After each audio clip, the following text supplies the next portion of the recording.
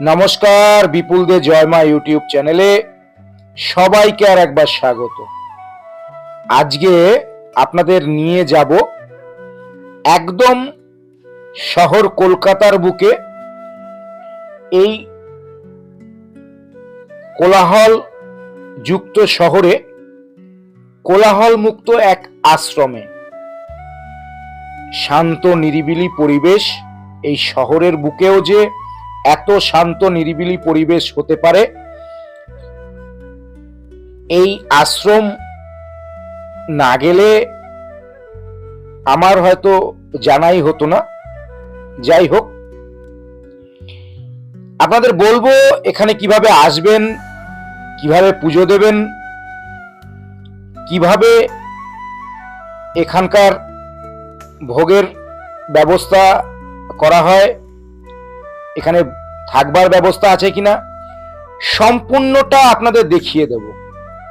যারা উল্টোডাঙ্গা হয়ে আসবেন, মানে শিয়ালদা থেকে একটি স্টেশন পরে উল্টোডাঙ্গা হয়ে আসবেন, তারা যশোর রোডে এসে বাসে বিগ বাজার স্টপেজে নামবেন। আর যারা বারাসাত থেকে আসবেন, বারাসাতের দিক থেকে ভিআইপি রোডে, তারাও বিগ বাজারেই নামবেন। একদম বিগ বাজার যে জায়গাটি, তার অপোজিটে এই আশ্রম।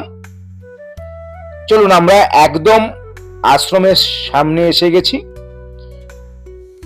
প্রথমেই ঢুকতেই গেটের দুই দিকে দুটো ছোট্ট মন্দির রয়েছে, সেটা দেখাবো। তারপরে ভিতরে নিয়ে যাব, এটি কিসের আশ্রম সম্পূর্ণটা জানাবো। আর এখানে একটি স্মৃতিফলক আছে, যেটি দেখাবো।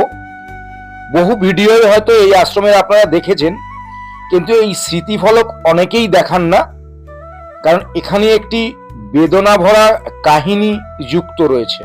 প্রথমেই গরুর দেবতার একটি মূর্তি,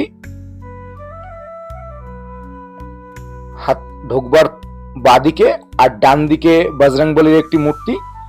তার ডান দিকে এখানে জলছত্র, পরিশোধিত জল, অ্যাকোয়াগার্ডের জলের মেশিন লাগানো রয়েছে, দেখুন। এরপরেই আশ্রমের ভিতরে ঢুকব। এটি মহানাম অঙ্গন, শ্রী শ্রী ঠাকুর জগৎবন্ধু আশ্রম। জগৎবন্ধুর আশ্রম অনেক জায়গায় রয়েছে। শহর কলকাতার বুকে এটি আরেকটি আশ্রম, সুবিশাল আশ্রম। প্রথমে ঢুকলেই বাদিকে দাতব্য চিকিৎসালয় রয়েছে, আর মন্দির খোলার সময় সূচি রয়েছে, আপনি দেখে নিতে পারেন। আমিও বলে দিচ্ছি, সকাল 5টায় মন্দির খোলা হয়, 6টায় বন্ধ হয়ে যায়। আবার 9টায় খোলা হয়, 11:30 পর্যন্ত খোলা থাকে। এখানে যেটা লেখা নেই সেটি হচ্ছে দুপুর 12:30 থেকে 1:45 আবার ভোগ নিবেদনের সময় মন্দির খোলা হয়। তারপরে যতক্ষণ ভোগ নিবেদন চলে ততক্ষণ মন্দির খোলা থাকে, তারপরে বন্ধ হয়ে যায়। তারপরে ঠিক বেলা 4টের সময় খোলে, আর 7:30টায় মন্দির বন্ধ হয়ে যায়, বা গর্ভগৃহ বন্ধ হয়ে যায়, বা এই আশ্রমের গেট বন্ধ হয়ে যায়। দুটো সমাধি মন্দির রয়েছে এখানে। এই সমাধি মন্দিরটি গুরু মহেন্দ্রনাথজির সমাধি মন্দির।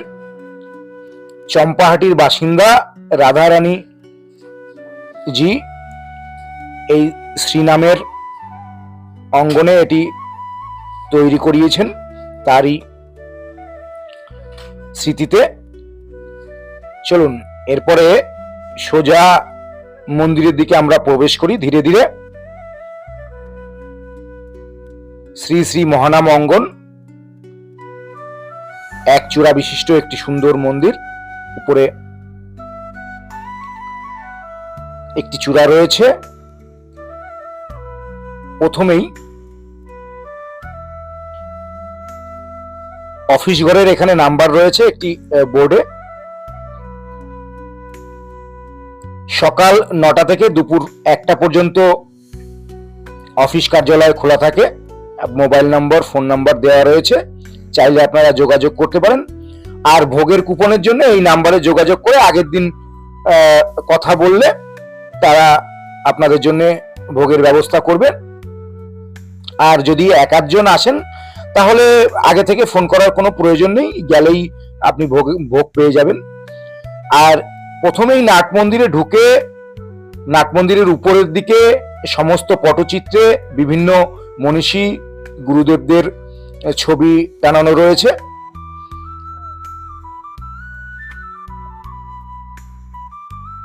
আর মূর্তি আকারে একটি ছবি রয়েছে নিত্যানন্দ মহাপ্রভু, গৌরাঙ্গ মহাপ্রভু তার পারিষদদের নিয়ে নদিয়াতে নাম সংকীর্তন বিলাচ্ছেন, সেই ছবি। পুরো নাট মন্দিরের দেওয়াল জুড়ে উপরের দিকে পটচিত্রে বিভিন্ন রকম গুরুদেব, বিভিন্ন মনীষীদের ছবি পুরো টানানো রয়েছে।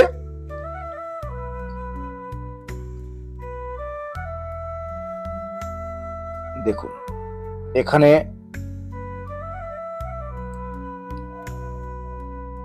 আরেকটি রাধা কৃষ্ণের রাসলীলার একটি পটচিত্র তুলে ধরা হয়েছে।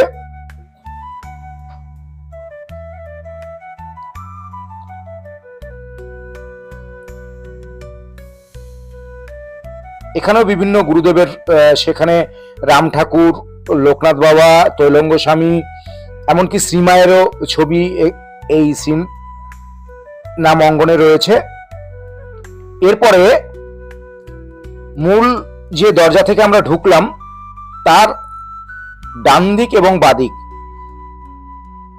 ঠিক গর্ভগৃহের উল্টো দিকে উপরে শ্রী জগৎবন্ধুর দুদিকে পটচিত্র রয়েছে। আর তারই পরম্পরায় যারা শিষ্য তাদের নাম রয়েছে এরকম পাথরে খোদাই করে লেখা, আপনারা গিয়ে দেখে নিতে পারেন। বা যারা পরম্পরায় আছেন তারা তো অবশ্যই জানেন, বা যদি অজানা থাকে এগুলো আপনি একটু পজ করে দেখেও নিতে পারেন। দেখুন দুদিকেই যেই পরম্পরার যে সন্ন্যাসীরা রয়েছেন, এই জগৎবন্ধু শ্রী শ্রী জগৎবন্ধুর যে পরম্পরা তারই সমস্ত সন্ন্যাসীদের নাম রয়েছে এখানে।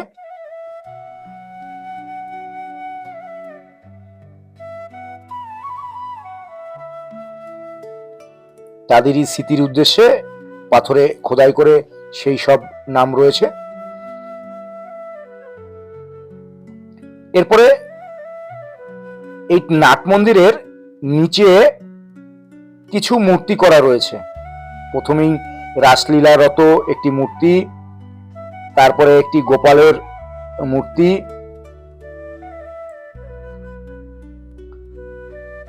তারপরে শ্রীকৃষ্ণের এবং রাধারানীর একটি মূর্তি,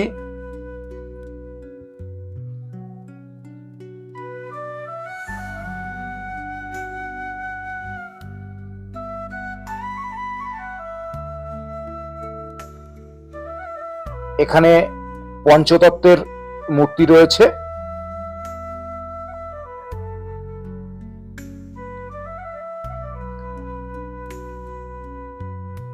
তার মাঝে শ্রী শ্রী জগৎবন্ধুর একটি মূর্তি রয়েছে।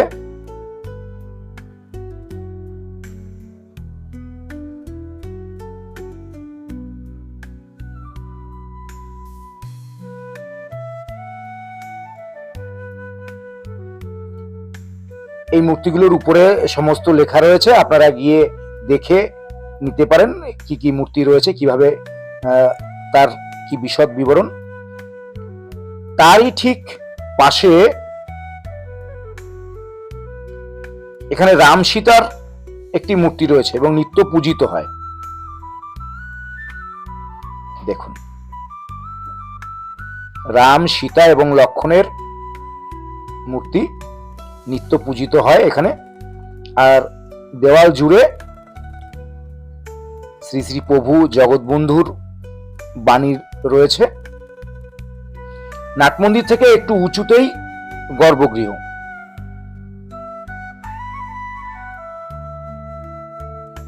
আমরা যে সময় পৌঁছেছিলাম শ্রী শ্রী প্রভু জগৎবন্ধুর এই আশ্রমে, সেই সময় মন্দির বন্ধ ছিল। এবার দেখুন যে স্মৃতিফলকের কথা প্রথমেই বলেছিলাম, জগৎবন্ধুর শ্রীনাম এই যে আশ্রম ফরিদপুরে রয়েছে শ্রী অঙ্গন, সেখানে পাকিস্তানিদের দ্বারা আক্রান্ত হয়েছিলেন এবং 8 জনকে গুলি করে পাকিস্তানি সেনারা তাদের মেরে ফেলেছে। তারই স্মৃতির উদ্দেশ্যে এই স্মৃতিফলক করা রয়েছে। কি বিভৎস দেখুন, নাম সংকীর্তন করা সাধুদের উপরে নির্বিচারে পাকিস্তানিদের গুলিবর্ষণ, এটি তখনও হয়েছে সেই বাংলাদেশে। তারই স্মৃতির উদ্দেশ্যে এই ফলকটি রয়েছে। তার পাশেই এই আশ্রম যিনি প্রতিষ্ঠা করেছেন তার স্মৃতি মন্দির বা সমাধি মন্দির, সেটিও বন্ধ হয়ে গেছিল। আপনারা নিজে গিয়ে দর্শন করতে পারেন।